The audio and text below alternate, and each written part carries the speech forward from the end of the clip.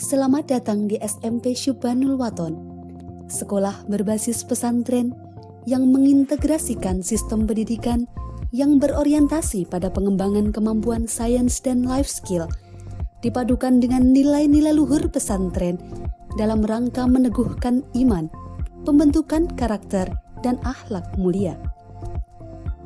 Terletak di kaki Gunung Merbabu dan berada di dalam komplek Pondok Pesantren Api Asri Tegalrejo Magelang, sehingga tercipta suasana belajar mengajar yang kondusif. SMP Syubhanul Waton menyandang predikat akreditasi A, berdiri pada tahun 2009 dengan mengusung visi membentuk peserta didik yang religius, terampil, dan unggul dalam prestasi.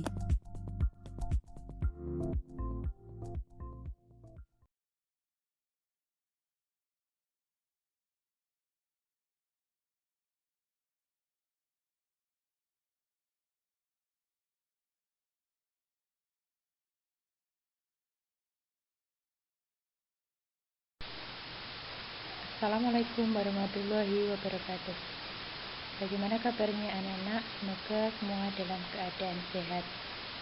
Pada kesempatan ini saya akan menyampaikan kisi-kisi penilaian akhir tahun untuk pelajaran IPS kelas 7 tahun pelajaran 2020-2021. Soal penilaian akhir tahun berjumlah 55 butir soal yang terdiri dari 40 pilihan ganda, 10 menjodohkan, dan 5 soal uraian.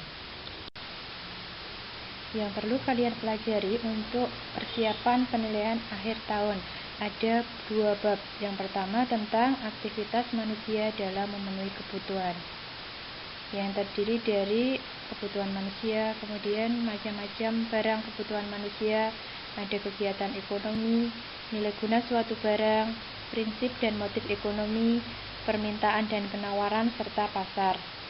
Di mana kelangkaan itu adalah suatu kondisi ketika manusia memiliki sumber daya ekonomi yang terbatas untuk memenuhi kebutuhan yang tidak terbatas.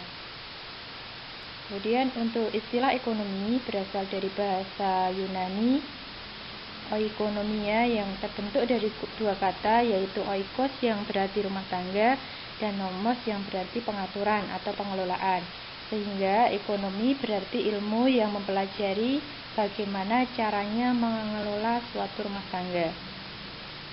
Ada beberapa cara yang dapat kita lakukan untuk mengatasi masalah kelangkaan, misalnya penggunaan teknologi dalam proses produksi dan menjaga kelestarian sumber daya alam. Kemudian berdasarkan tingkat kepentingannya, kebutuhan manusia dapat dibedakan atas kebutuhan primer, sekunder, dan tersier. Berdasarkan waktu pemenuhan, kebutuhan manusia dapat dibedakan atas kebutuhan sekarang dan kebutuhan yang akan datang. Berdasarkan sifatnya, kebutuhan bisa dibedakan atas kebutuhan jasmani dan kebutuhan rohani. Kemudian berdasarkan sudutnya ada kebutuhan pribadi maupun kebutuhan sosial. Faktor yang mempengaruhi kebutuhan manusia diantaranya tempat tinggal, pendidikan, usia, pendapatan, selera, dan jenis kelamin. Kegiatan ekonomi terdiri dari produksi, distribusi, dan konsumsi.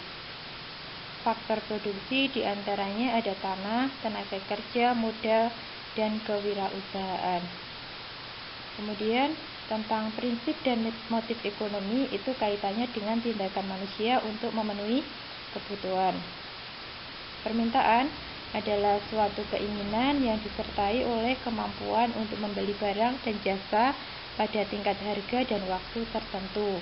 Sedangkan penawaran adalah jumlah barang dan jasa yang tersedia dan dapat ditawarkan oleh produsen kepada konsumen pada setiap tingkat harga selama periode waktu tertentu. Kemudian tentang harga pasar adalah harga yang disepakati oleh penjual dan pembeli. Harga pasar sering juga disebut dengan harga keseimbangan. Kemudian tentang pasar sendiri, pada saat ini pasar bisa berupa pasar konkret maupun pasar abstrak. Jadi melalui teknologi internet, kadang pembeli dapat mencari barang dari seluruh penjuru dunia, tidak lagi terbatas pada penjual di wilayah sekitar atau negaranya sendiri. Penjual pun juga dapat menjual barang ke seluruh penjuru dunia. Untuk mengembangkan kreativitas wirausaha dapat dilakukan dengan proses misalnya adanya rasa ingin tahu, mempertanyakan segala sesuatu, bekerja secara teratur, mencatat segala hal, mengembangkan ide, dan lain sebagainya. Kemudian faktor penyebab kelangkaan dapat menimbulkan permintaan dan penawaran akan barang dan jasa karena manusia selalu berusaha untuk memenuhi kebutuhan hidupnya. Materi yang kedua yang perlu dipelajari untuk penilaian akhir tahun adalah bab tentang masyarakat Indonesia pada masa praaksara Hindu, Buddha, dan Islam yang terdiri dari ada zaman praaksara, perkembangan Hindu Buddha di Indonesia, perkembangan Islam di Indonesia. Masa praaksara atau zaman prasejarah adalah masa sebelum manusia mengenal tulisan. Berdasarkan ilmu geologi, zaman prasejarah dibagi atas zaman Arkaikum, Paleozoikum, Mesozoikum, dan Neozoikum. Kemudian pada masa praaksara, kaum muda belajar secara informal dari orang tua mereka, keluarga, dan kerabat. Agama Hindu dan Buddha lahir dan berkembang di India. Dari India, agama Hindu dan Buddha menyebar ke seluruh dunia termasuk ke Indonesia. Penyebaran agama Hindu dan Buddha melalui aktivitas perdagangan yang diikuti oleh para pendetanya.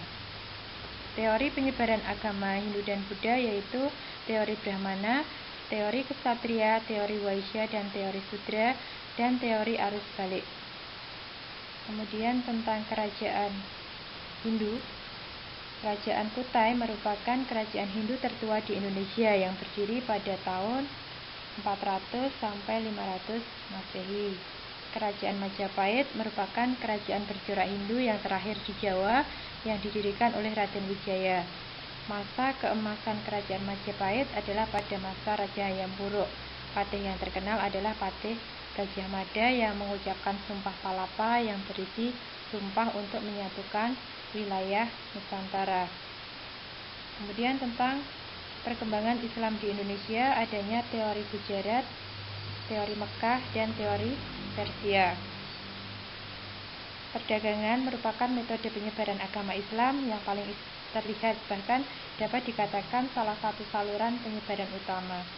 Kemudian kebudayaan Islam membawa pengaruh besar dalam sistem pendidikan masyarakat Indonesia yang terlihat dari didirikannya pondok pesantren di berbagai daerah.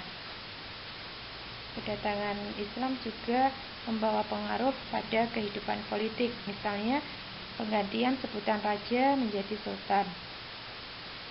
Untuk kisi-kisi selengkapnya akan saya lampirkan file sesuai dengan butir nomor soal yang ada.